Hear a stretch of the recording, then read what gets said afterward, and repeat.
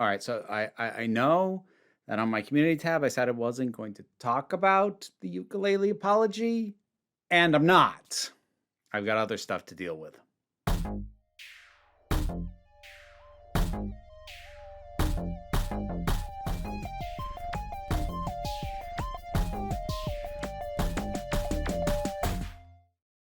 That was a stupid throwaway joke.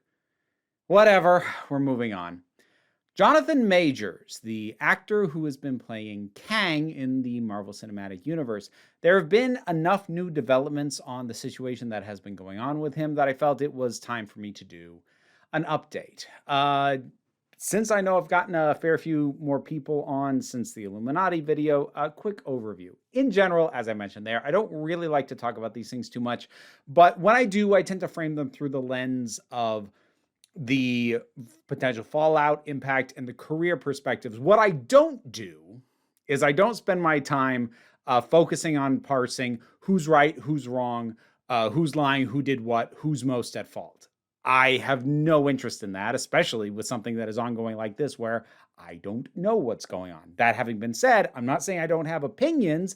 There is often a direction that evidence will lean, but whatever my opinion on who did or didn't do something is not the focus of these videos, nor the point. It's bringing you up to speed and helping to put into context where things currently stand with people often connected to stuff that I otherwise talk about, like the MCU, like DC adaptations, like Joss Whedon, unfortunately, back when I had to talk about that, etc., etc., etc. So, Jonathan Majors, 3 months ago, he was arrested in regards to assault allegations. And there is a trial date. At least one co-star has spoken up somewhat in his defense. And there has been a new wrinkle in regards to the person who accused him. And there's also been a very in-depth piece put out by the Rolling Stone. That happened at time of recording, I think, just yesterday. So I've got a bit to catch up on. Now, first thing that I feel like I'm just going to touch on and get out of the way, because it's kind of the elephant in the room. A lot of people, since the beginning of this, have been comparing Jonathan Majors' situation to Ezra Miller over at DC. Ezra Miller played The Flash, and I did more than my fair share of videos on them, dealing with everything that they had gotten up to. But in terms of the comparison, it's a natural one for folks to make, in that while the time period over which Ezra Miller was pulling a lot of nonsense, the time period of that was a lot longer. That was ongoing. And right now, what we have, at least in terms of formal charges, is very limited to one incident with Majors. It was still a major fixture of what was supposed to be someone who was going to be a big part of the future of a major franchise. And suddenly, is it a good idea to keep them on board? Now, funnily, with Ezra Miller, Warner Brothers might have lucked out with the fact that the Flash movie underperformed. Like, I don't doubt they would have liked it to have done well, just because of how long it was in development and how expensive it was. But at the same time, I have to imagine that when it comes to Ezra Miller, they're breathing at least a little bit of relief, because they can choose to not move forward with that version of the Flash character and justify it strictly on the fact that the box office underperformed, and not have to touch any of the allegations anymore. And so that actually kind of gives Warner Brothers a free pass. Disney, it's worth noting, Disney and Marvel, despite what some people seem to think, have not actually formally fired or removed or announced the departure of or replacement of Jonathan Majors. We already know that they were planning a lot with him. He is supposed to be the major villain. We already know he is in Loki Season 2. Some other stuff may have been shot. Plan for a future Avengers movie is literally called Kang Dynasty.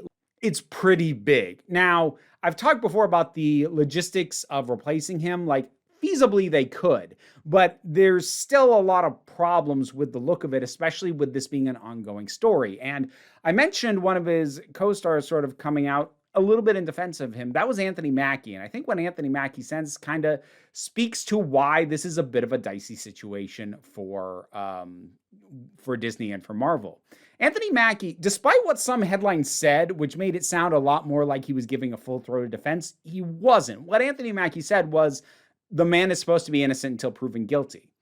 Now, given the fact that Jonathan Majors is black, as is Anthony Mackie, so he would come to it with that perspective, I don't think it's unfair for him to highlight the fact that Jonathan Majors has gotten massively condemned. And though while not fired from Marvel as yet, he was dropped by his talent agency, something that never happened to Ezra Miller. And there were all these calls and these pushes over one thing versus Miller, where yes, there were certainly calls to get rid of them, but they held on and have really, for all intents and purposes, not faced a heck of a lot of consequences. So it makes a lot of sense to me that Mackie would basically go, look, the man is innocent until proven guilty and nothing is proven, because it's hard to claim that race is no factor in this, which is probably part of why Marvel and Disney have been really cautious about saying much of anything other than, things are ongoing. Because even though like Miller is over at Warner Brothers, different company, there's still an inherent comparison that just gets made in people's minds. And it looks like you are far more willing to drop the black man at the first sign of trouble versus the white person over another studio who was kept on through a lot of nonsense. Now, again, is that a fair comparison to make, given that they're different companies? I honestly don't know. The nature of exactly how much race plays into this and the coverage of how other outlets or other people on YouTube even have talked about Jonathan Majors is not really something that I am properly equipped to deal with.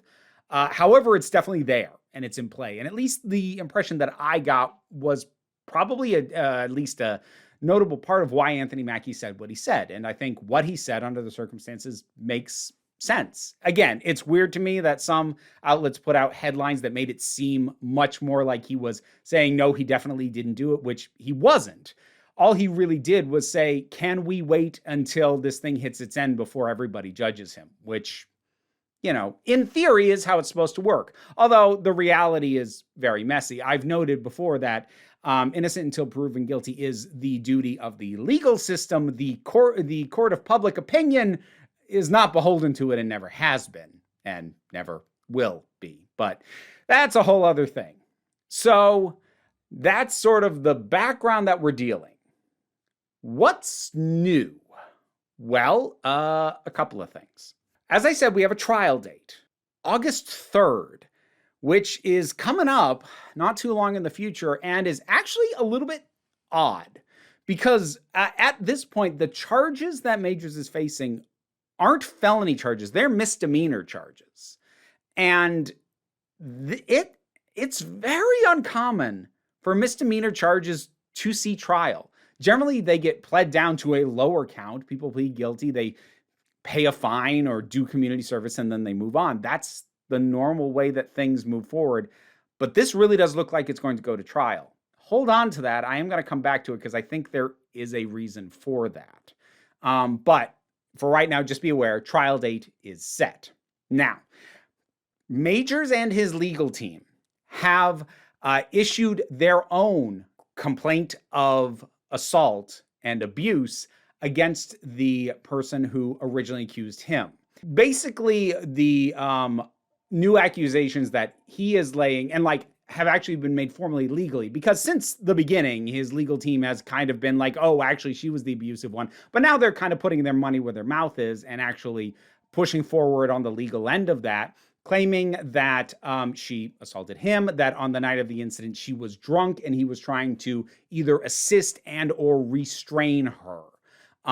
Now, it's worth noting that in general, this kind of you tactic to an accusation, especially when it comes to somebody with means and notoriety, is very common. And while it is certainly by no means impossible for that account, for Majors and his lawyers' accounts, to be the accurate one, or at least the more accurate one, it is still a fairly common tactic to basically flip it around and try to discourage the other party from moving forward with any accusations, because you're like, hey, I'm going to drag you down with my own accusations against you.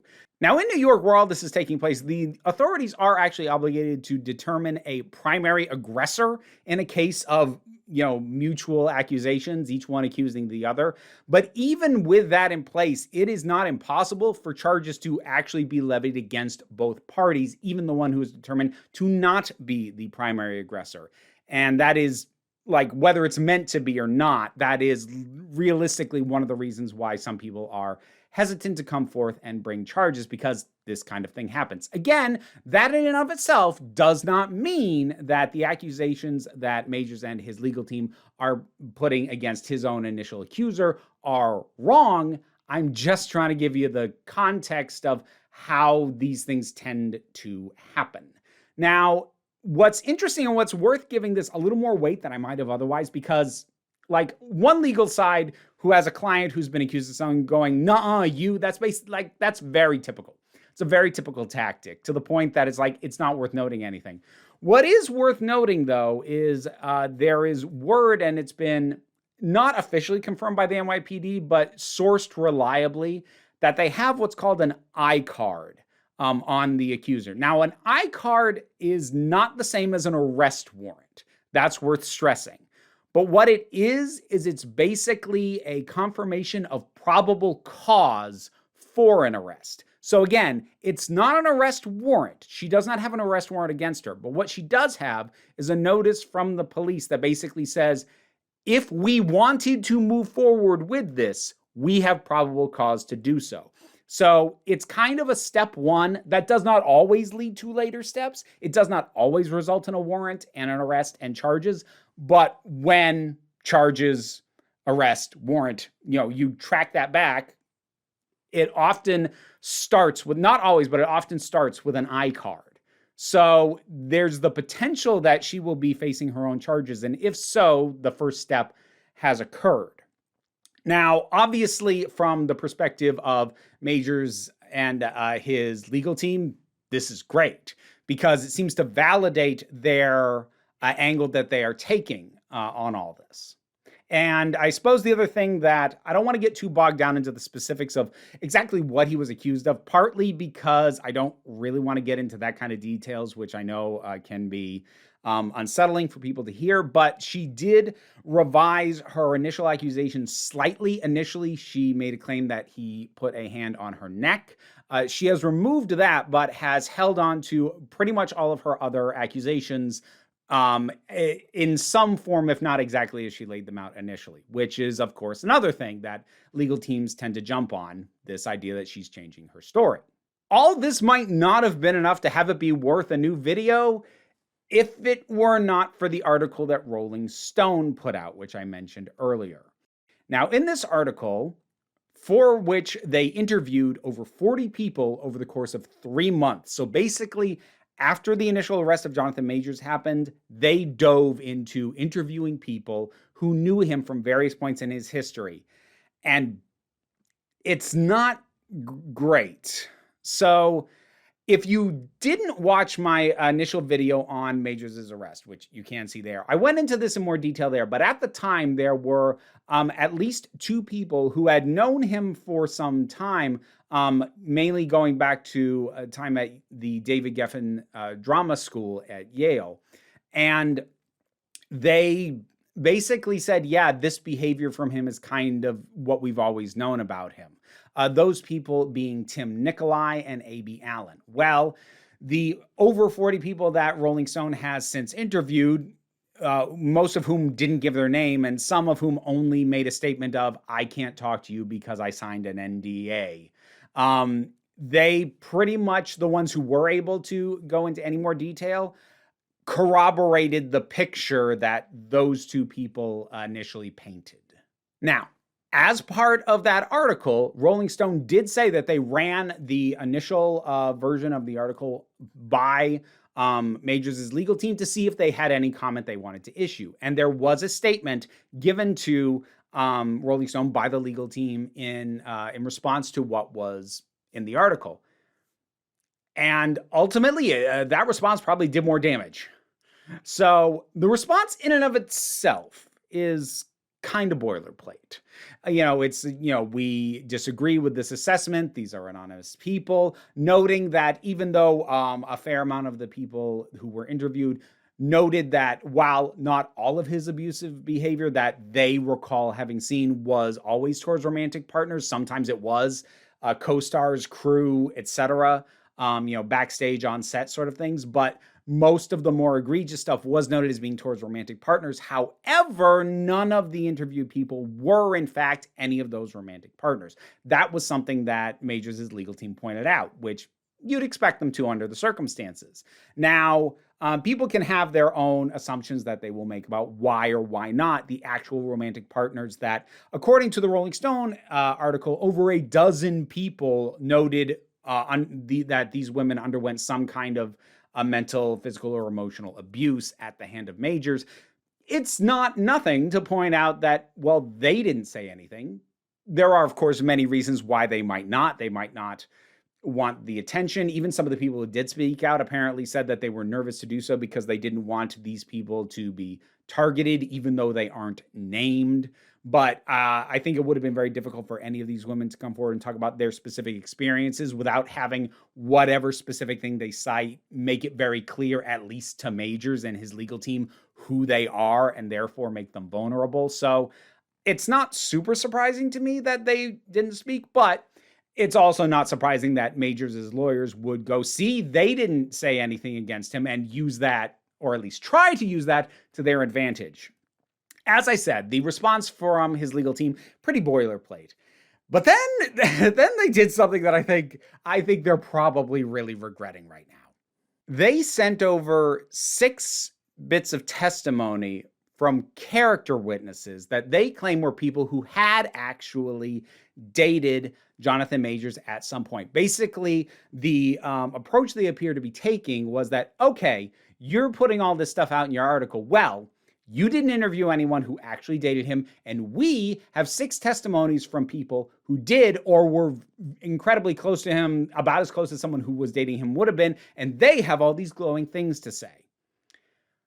Which might have been okay, except that Rolling Stone then got in contact with those 6 people that Majors' lawyers gave these character statements from. And that's where things get really, really bad. Not necessarily for Majors himself, but at least in terms of like whose fault this is. This is his lawyer's fault. This is not his fault, what I'm about to talk about. This is his lawyers. They did something really dumb. Because when Rolling Stone reached out to these 6 women, 3 of them said that they did not give clearance for those statements to be shared or issued or made public. One of them said that the statement was not truly written by her. It was pre-written for her, that it was not truthful, and she did not okay the release of it. One didn't respond to request, and then of the 6, 1 did respond, basically saying, I have only glowing things to say about him. I know him to be a wonderful person. And that was someone who he did date from the ages of 13 to 18.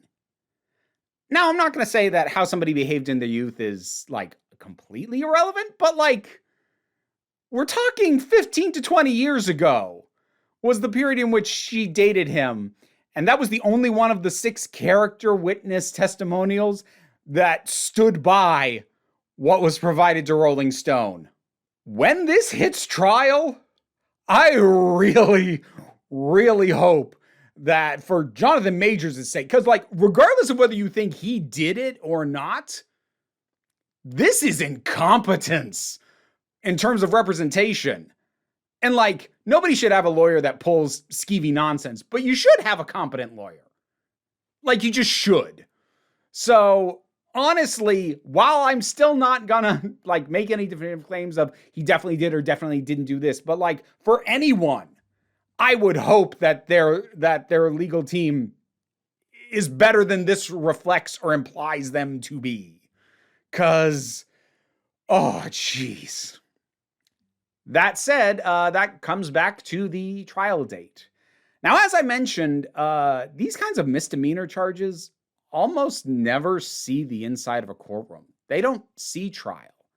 And it is kind of surprising that this hasn't actually gotten pleaded down and gone away. I suspect I know why, though.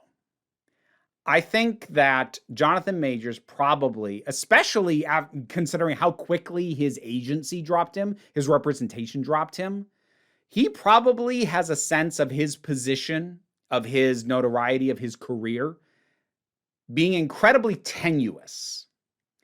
And if he were to plead guilty, even though it would be to a smaller charge, even though it would be a misdemeanor, that it would probably be the end of his career, certainly at the level that he has it at. And again, I'll circle back to what I said when I brought up Anthony Mackie's statement. There's probably an issue of race in there. He probably has a sense that he can't have it on his record because it will at the very least kill all of his current career momentum. And in an effort to prevent that, it looks like he's going to try and go to trial, or at least keep pushing towards trial, maybe hoping that the whole thing gets dropped. But if it doesn't, roll the dice on getting a full acquittal, of getting to point to a not guilty verdict and say, see, I had a fair trial. They said no. Because while, as I said, the court of public opinion moves forward regardless, he's going to be on a much better standing to try and recoup his career if he can say, I was acquitted, than if he says, I pled guilty to a smaller charge. Because as I've noted for years, when it comes to companies like Disney, ultimately, when they fire people for stuff related to this, they're not actually making a judgment about the morals of the person involved. They're not. People will assume they are. They're not. They're making a judgment based on the public response and reception of keeping them on versus getting rid of them. The instance that I've talked about in the past that I think illustrates this the best is what happened with Gina Carano when she was fired off The Mandalorian and any other subsequent Star Wars related material for her continually right-wing, anti-vax, and eventually anti-Semitic postings on social media. She had it brought to her attention that she needed to stop because she kept making headlines for bad reasons. And every time she was in a headline, it was Star Wars star causes controversy. She was damaging the brand. She was warned. She kept doing it. She wasn't gone because she crossed a moral boundary. She was gone because she was generating too much bad press. And when it comes to Jonathan Majors, if Disney or Marvel ever get rid of him, it's not going to be because they do or don't think he did what he's accused of. It's going to be because they need to weigh, does it look worse if we get rid of him, or does it look worse if we keep him around? And I think the answer to that is going to be heavily influenced by whether or not he has a guilty plea, even on a misdemeanor, versus he has an acquittal. Because an acquittal is probably going to tip the balance in favor of it's better for us to keep him on. Whereas a guilty plea, even on a lesser charge, is probably going to tip it on the side of we should get rid of him. Now, it's not consequence-free either way. Disney and Marvel are going to get called out and accused of one thing or another, protecting a powerful man, or going after and rejecting someone who's in their stable of actors who is black, or no matter what they do, they're going to face some degree of backlash. The calculus is going to be what is the worst one, and then you avoid that. And as I said, I think it's going to be heavily influenced by the results of this trial if it does actually go forward.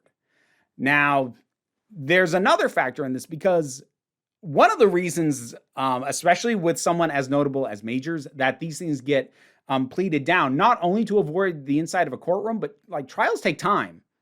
And people lose work because of, officially scheduling conflicts. But if you're busy going to court, can you shoot another movie? This is actually kind of where other stuff, completely unrelated, might be both to Jonathan Majors and Disney's benefit, and that's the strikes. Currently, we're in, month 2 of the writer's strike. There is a potential imminent actor's strike as well. And these, like the writer's strike, some things are still moving forward and getting shot, but it's preventing new stuff from getting written. So at a certain point, stuff that already got written is going to be used up. And so production is going to halt on that. It might halt even sooner if the actors go on strike. But that means that both Jonathan Majors and Disney have more time to wait and see how this plays out, as opposed to making a decision early on and risking being wrong. Because another thing that I mentioned when I brought up Jonathan Majors in my initial video on all this, I'm not surprised that Disney is being really cautious about how quickly they let people go. Even Gina Carano, she had to keep causing problems repeatedly. I think Disney is still remembering the pain of what happened with James Gunn. Quick overview of that. He had some very old tweets with some very off-color, not good, and unpleasant humor, very edgelord humor in them, brought up, and he was fired by Disney because it's not consistent with their brand and their family image. Of course, it turned out later that the outrage about this was completely manufactured and was started by people who dug this stuff up specifically with the intent of trying to get him fired because they didn't like his opinions about Donald Trump. So Disney really had egg on their face after this, which is evident by the fact that Gunn immediately went over to DC, made the Suicide Squad movie. They had to beg him to come back to make Guardians of the Galaxy 3, and now he's back over at DC again, managing their whole thing. Disney acted really quick in response to a controversy with James Gunn. Instead of waiting to really see the true nature of what was going on or the true nature of what people were going to think about it. Because, yeah, some people did see that and get outraged, but as it played out, most people went, dude, you just gave in to a completely contrived hate mob. What's wrong with you? So I think Disney right now is way more cautious about acting too fast. And I think they're probably more than happy at the opportunity to have more time to let it play out and not have looming starts of filmings of various things force them to make a decision before they know the outcome. Because Disney's in a position where there's two things conflicting with this kind of situation. On the one hand, in terms of the PR and like knowing that they've made the right call, the best thing to do is wait and see what happens. And so to know that there is an outcome, either that he pled guilty or there's an outcome at trial, and then you make a decision based off that. Because if you make a decision sooner than that, basically it looks like you have judged him before the courts have. And right now, that's not necessarily a good look, and that's bitten him in the ass already. But on the other hand, there's only so long you can wait when you've got schedules announced, when you have shareholders who are going to go, hey, why isn't more stuff coming out? You said you were going to have this movie or this series out by X date. Where the hell is it? You can only delay for so long. But now they have an artificial thing delaying everything further, and that's the strikes. So without the strikes, I think there's a chance that Disney might have had to make a call, if only because they were going to start butting up against shooting start times for some of the things that Majors was going to be in. If I can get speculative for a minute, if I were to guess, they probably would have removed him from smaller cameo appearances, like in build-up stuff, or replaced him with another villain, but probably would not have formally fired him, but held on that call until after the outcome of trial. But they're not even in that situation right now, because with the strikes going on, until everything gets resolved, nothing can move forward. So they don't even have to make that much of a call yet. And in a way, as I said, Jonathan Majors kind of benefits from this too, because it means that the biggest company that employs him, the biggest aspect of his career right now, doesn't have a reason to rush their call. And whether or not that's good for him in the long run, again, will ultimately depend on the outcome of if this sees trial and how that goes. And we'll see, I suppose. It's just been really interesting to see this play out because, and this is why I do tend to talk about these things when they come up, there's little tiny differences or little weird sort of monkey wrenches in the gears that just make it different from the other times. Because people like to be really reductive and be like, oh, well, like this person was fired for this thing, but this person wasn't. Like, there's a lot of tiny differences that can result in a vastly different outcome. And that's why I find it interesting to talk about. Again, we're not at the end, so I'll probably have at least one more video on this, depending on the outcome at trial if it goes to trial. But we'll see. For right now, that's the current standing on the situation with Jonathan Majors as I understand it. Realizing that while I do my best to do research, I am one person, I am fallible, but I do my best. What did you think about all this? Whatever your thoughts are, drop something down in the comments and let's talk about it. Patreon pays the bills. It enables me to do this as my living. Even if you can't help me out that way, like, share, subscribe are big help. But don't worry too much about it. What I really want you to remember is that you are beautiful, you are valid, and you are loved.